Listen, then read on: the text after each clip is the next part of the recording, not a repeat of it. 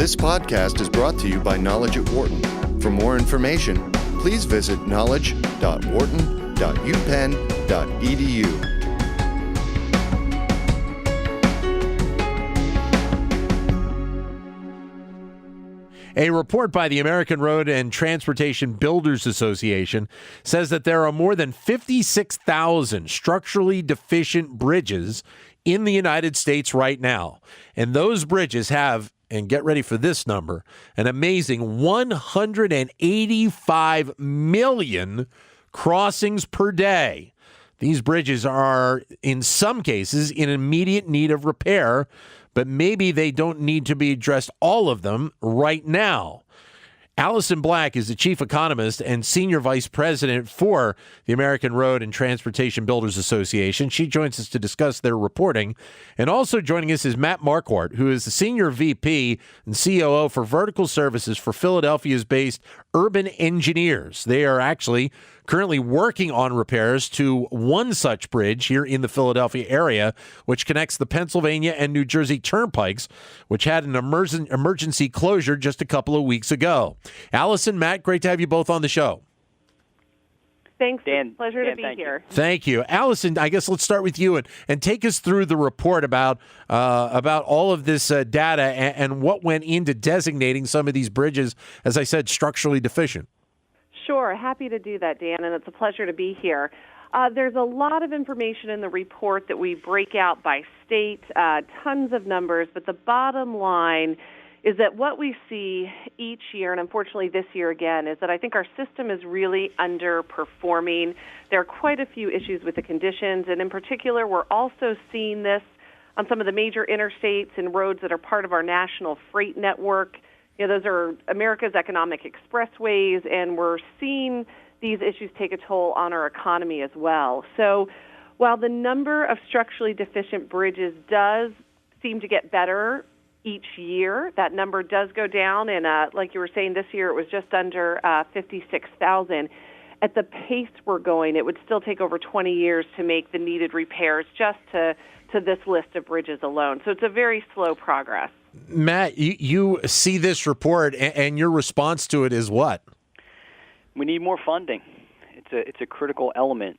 We have in Pennsylvania strong leadership under Leslie Richards as Secretary of Transportation, and if we can get more funding in the state, whether it's state funding or whether it's federal funding, we can attack these bridges. We have the technical capabilities and the contractors to do the work.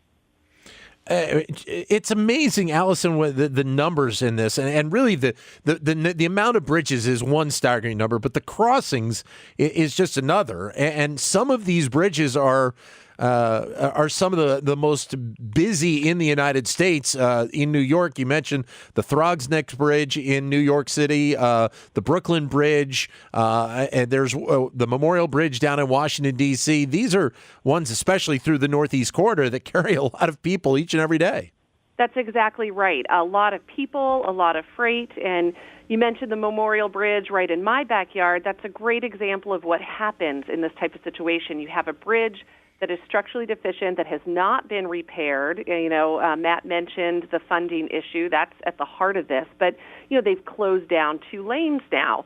Tour buses have to be routed around other bridges in the city, and that now becomes a choke point to that economic expressway you're talking about that runs across the country and is, you know, carrying the freight and the commuters who rely on this system. So it's a big challenge. Well, and Matt, we were talking earlier today about the project that you're having to do now with the connector bridge between the Pennsylvania and New Jersey turnpikes. And just going off of what Alison said, I'm not sure what the volume is on that bridge every day. But again, like what she said, this is having to reroute a lot of traffic in a variety of different areas.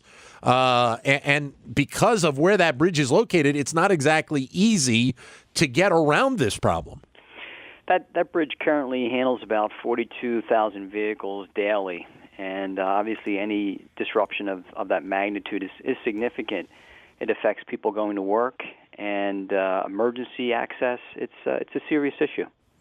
844-WHARTON is the number if you'd like to join in and have a comment or ask a question of our guest, Alison Black, with the American Road and Transportation Builders Association, Matt Marquardt, who, as we mentioned, is with Urban Engineers based here in the city of Philadelphia. Alison, obviously, what I found interesting, and this question has two phases to it. One, Pennsylvania is in the lead in this, or up near the lead in this, which doesn't make me feel good having, being a person that lives here. But the other part is a lot of the states that are at or near the top of this list are in the Midwest. That's right. And a lot of states, including Pennsylvania, when you see those very high numbers, a lot of those are smaller local bridges, although we do certainly have the interstate crossings that we've been talking about. And I would say Pennsylvania has definitely been showing improvement. Right.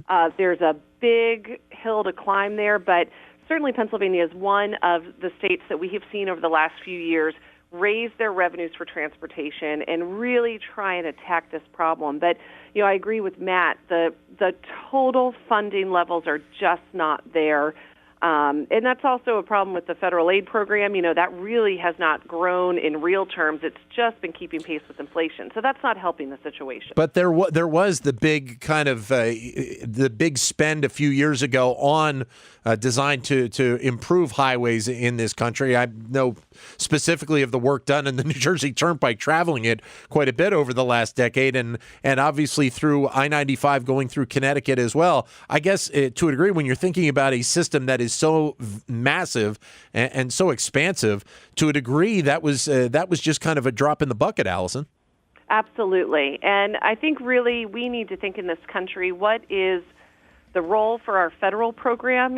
I believe that should really be targeted at these freight corridors and those roads that really impact our national economy, concentrating some resources in those choke points, and then also giving states, that greater flexibility to deal with some of their issues. And we've seen them trying to raise those revenues. But again, it's a big challenge. Matt, is this funding problem, since you're really in the guts of this, is this a problem funding from the states, or is it the federal government, or is it a little bit of a combination of both? It's a combination of both, Dan. And Alison was right regarding PennDOT. They have aggressively gone after a lot of these bridges, and some of them are small bridges.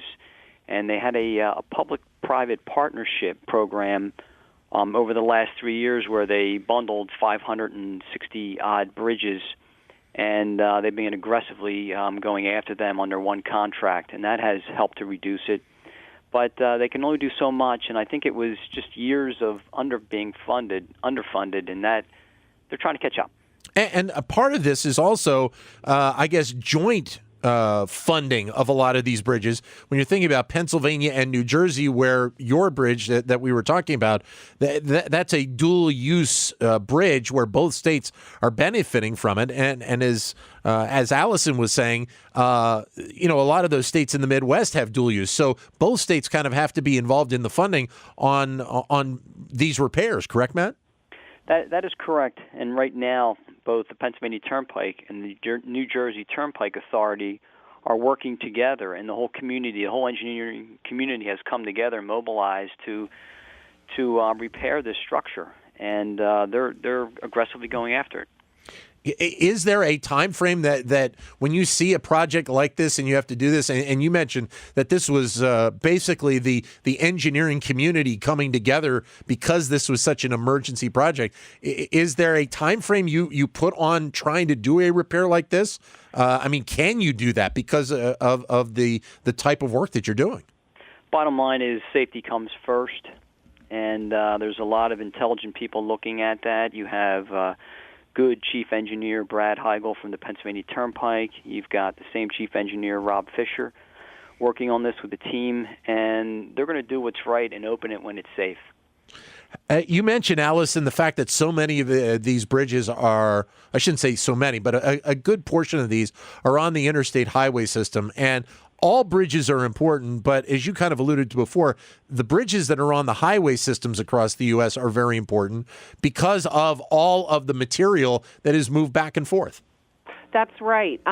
States really are, we depend, our national economy depends on that national freight network, and that includes the interstate highway system.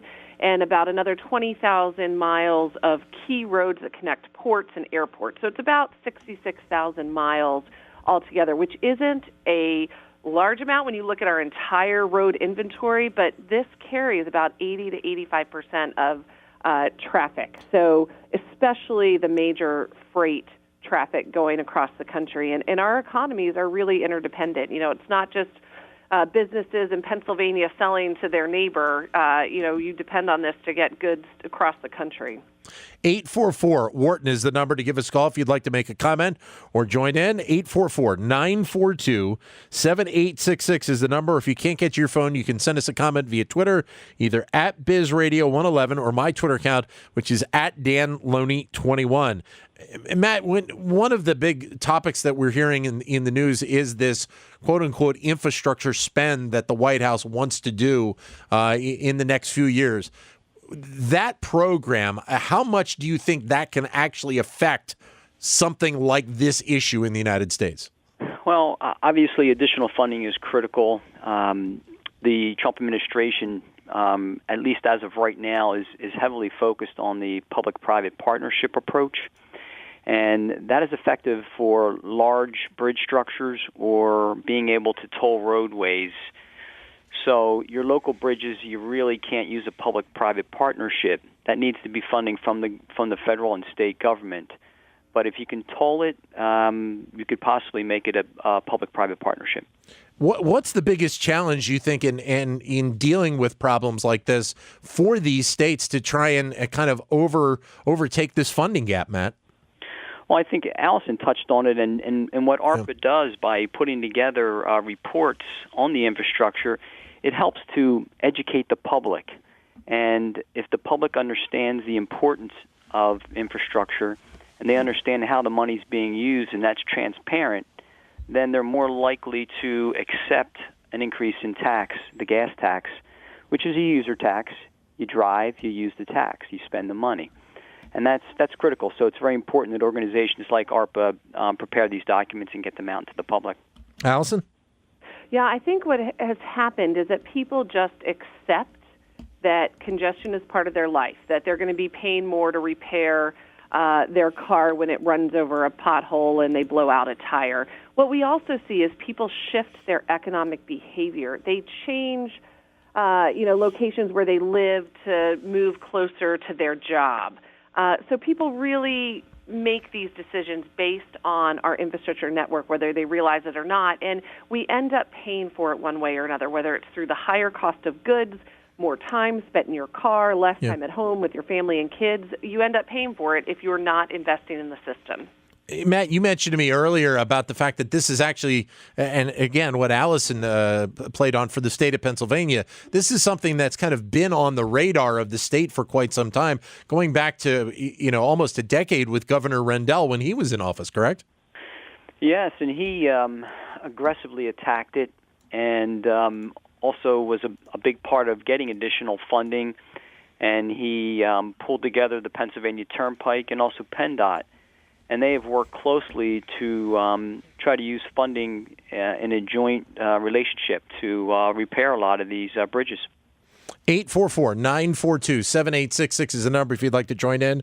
We're talking about the reporting by the American Road and Transportation Builders Association. 56,000 structurally deficient bridges in the U.S. right now.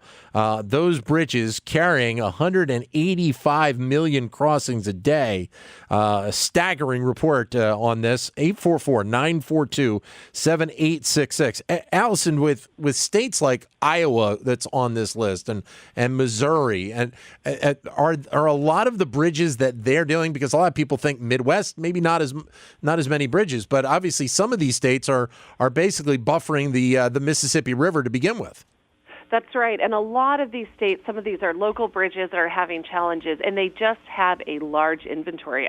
Before we started doing this report, I really didn't think about just the sheer number of bridges in states like Iowa, Oklahoma, Missouri, a lot of these Midwestern states. And they have some significant challenges there. They don't have as large of a population base, so even the amounts of revenue they're bringing in are not huge amounts, huge programs compared to like some of the larger states. And a lot of these states are also highly dependent on the federal aid program that we've been talking about. So that might be, as much as 60, 70, even 80% of their capital budget for repairs. Yeah, probably a lot of people. I mean, these could be bridges that are going over streams and small rivers. And right. I think a lot of people just kind of take those for granted after a while. That's exactly right. And what happens is, again, you see a lot of these bridges as conditions deteriorate, even if they don't fall into that structurally deficient category. In many cases, there will be, weight limits, and this could affect the local school bus. You hear about cases where kids have to get off the bus, and the bus crosses, and the children follow. So even those small bridges can have a big impact on a community. Matt, go ahead, Matt. Allison, that's a very good point. You look at rural America. If a bridge goes down in an urban area, you probably have 3 other bridges that you can use. If it happens in a rural area, a farming community, that school bus may go an extra 15, 20 miles to detour to get around that bridge that's out of service, or if it's weight limited. But the process of rebuilding these bridges in some of these locations, Matt, I mean, the time frame probably changes a little bit because of the size of the bridge, but the ideas and what you have to do to rebuild it is basically same from bridge to bridge, correct? It is, and that was one of the selling points of the public-private partnership that PennDOT had, and that is still going on right now with the 565 bridges, where they tried to bundle a lot of these smaller bridges and prefab a lot of the material beforehand, and you get in, you get out, you replace it as quickly as possible so you're not disrupting the public. What is the inspection process like by organizations like PennDOT or New Jersey's DOT in terms of, checking these bridges on a fairly normal basis? PennDOT has and also New Jersey has a 2-year program, so every bridge must be looked at on a 2-year basis, and then if there are issues, they would probably do that more frequently.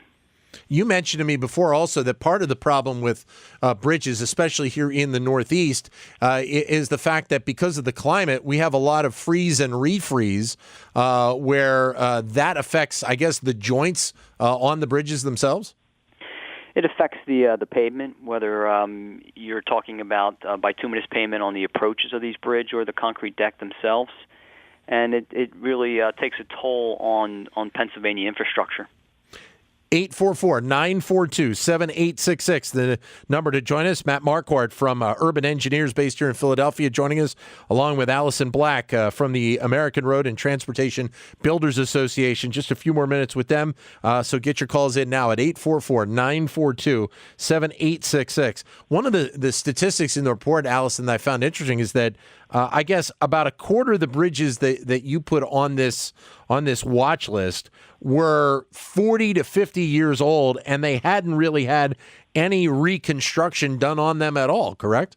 That's correct. And one of the things we wanted to do in this year's report was, like I was saying, even though those structurally deficient bridges are going down, we have some really big issues with the age of our infrastructure and how it performs. And, part of the bridge inspection reports that Matt was talking about, that's what's collected in this National Bridge Inventory. And states indicate the year a bridge was built and then any year that it's had major reconstruction. And when we really dove into those numbers, we found that over 40% of the bridges in the inventory are over 40 years old, and there was no indication that they had had major reconstruction or repair work. Now, that's not to say that they didn't have some sort of work done on them, but nothing major. So, again, that's an alarm or, I guess, a warning that we do have an aging infrastructure that we're going to have to take care of. And Matt, the bridge that you guys are working on right now is one. There was also a bridge down in Delaware that had to have a section of a road, a major road, closed a few months ago. I mentioned to you before about the susceptibility because of the freeze and refreeze, but also the volume of cars and trucks that are traveling in this area, that has to be an impact as well. No, it does, Dan, and there's a lot more truck traffic out there, and obviously the heavy loads can take a toll on the the bridge and highway infrastructure. A critical element, and Alison touched on this briefly, was the whole issue of maintenance. A bridge is like your house. You can do maintenance on your roof every 5 or 10 years, or you can replace it in 20. And if you can stretch that out a little bit more, it really goes a long way. And when you don't have as much funding dedicated, then you can't always do as much maintenance as you would like to. So therefore, bridges need to be replaced sooner. 844-942-7866 is the number to give us a call. I guess, Alison, the hope is, as you both kind of alluded to, is that having this report out will start to get on the radar of probably a lot of people in Washington, D.C., and it may even be a situation where hopefully some of the people that are listening to us or saw the reporting will start to make some calls to some of their representatives and senators and say, hey, listen, why aren't we addressing this problem in a better fashion? That's exactly right. And I think one of the key things that needs to happen, President Trump has talked about infrastructure investment. And even Matt was saying the private versus public. There are a couple issues there, but Congress is really where we need to have people talking to their members of Congress to say this is an issue, because they need to tell the leadership in the House and Senate that this is a big issue and we need to deal with this. And I think there's some opportunities in the next couple of months to really try and deal with this issue in a very effective and meaningful way. And hopefully on the federal side, like I said, we can attack some of those issues on the National Freight Network and those economic expressways. Matt, do you hope that Congress will start to maybe catch on to this even further? I do hope so. And when you have organizations like ARTBA and also the American Council of Engineering Companies, ACEC, we lobby our congressmen and our senators. And when we say lobby, we really go in there and we educate and explain to them, because they're not experts on this, and they need people like Alison and myself and other firms to talk to them and explain what we're dealing with on a daily basis. Yeah, because the term lobbying in some degrees has a little bit of a negative connotation in today's society. So, I mean, being able to provide the information for a lot of these people, it's almost a necessity at this point. We need to help them and provide them with the information so when they meet with their constituents, they can explain exactly why they need additional funding, and it provides them some cover. Well, in a case like the state of New Jersey, which just added to their gas tax just a month or two ago, they added 23 cents per gallon. And I guess the idea there is, even though they have done a major construction project on the New Jersey Turnpike over the last several years, they still have, and I would think, especially around North Jersey, going in towards New York City, a lot of bridges and connections that need to be addressed up that way, correct? The numbers are mind-boggling when you sit down and think about it, and when you take a look at a report similar to what ARTBA put together, you realize the impact. Alison? Yeah, I think New Jersey has some significant challenges, and a number of the states in the Northeast, as you mentioned, some of the conditions with the freezing, the thawing, we definitely see that take a toll. And many northeastern states, you think how long some of this infrastructure has been around, that they have a much older infrastructure than a state like Nevada, even Texas, Arizona, which usually are always at the bottom of the list in terms of the number of deficient bridges. What about also the materials that they use on the roads, especially when you have a snowstorm? Obviously, salt had been, and still is a big factor in trying to melt some of the snow when you have a big storm. But I'm seeing more and more, especially in and around the townships where I live, where they're putting brine down as kind of an alternate to using salt on the roads. Yes, I mean the brine works well as a pre-treatment, and by putting that down, that gives them a chance to get out ahead of the snowstorm and be able to plow it a little bit quicker, and then maybe minimize some of the salt that they have to use. But the impact that has on the roads is obviously something that if you have to use it a lot over time, that's an impact on these bridges as well, correct? Oh, most definitely. Yeah.